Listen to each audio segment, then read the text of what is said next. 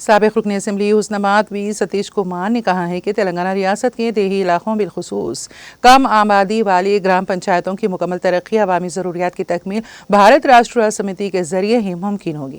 گزشتہ 10 سالوں کے دوران کسی بھی حکومت نے تمام موازیات کو ایک ساتھ ترقی کے مواقع فراہم نہیں کیے گئے۔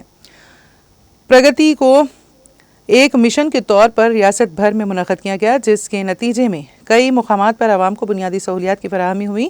وہ ضلع سدی پیٹ کے کوہیڑا منڈل مستقل پر صدر انجمن امداد باہمی پی دیویندرا راؤ کی زیر صدارت منعقدہ پارٹی قائدین کے تنظیمی اجلاس کو مخاطب کر رہے تھے۔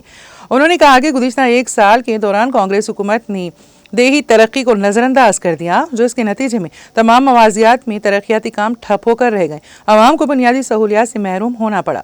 انہوں نے والگرام پنچایت و منڈل و ضلع پریشد انتخابات میں ایک جٹ ہو کر پارٹی امیدواروں کو کامیاب بنانے کے لیے متحدہ جدوجہد کرنے کا مشورہ دیا اور کہا کہ ریاستی عوام کانگریس حکومت سے بیزار ہو چکی ہیں اور تبدیلی اور BRS پارٹی کا اقتدار واپسی کی منتظر ہیں۔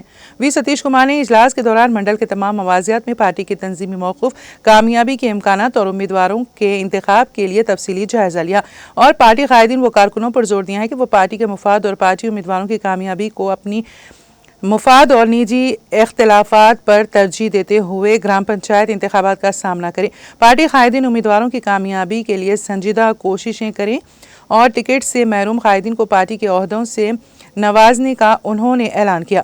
اجلاس کو پارٹی قائدین کیراج سری ہری اور دوسروں نے بھی مخاطب کیا۔ محمد عبدالرحیم جنگلات کارپوریشن ڈائریکٹر بھی اس موقع پر موجود تھے۔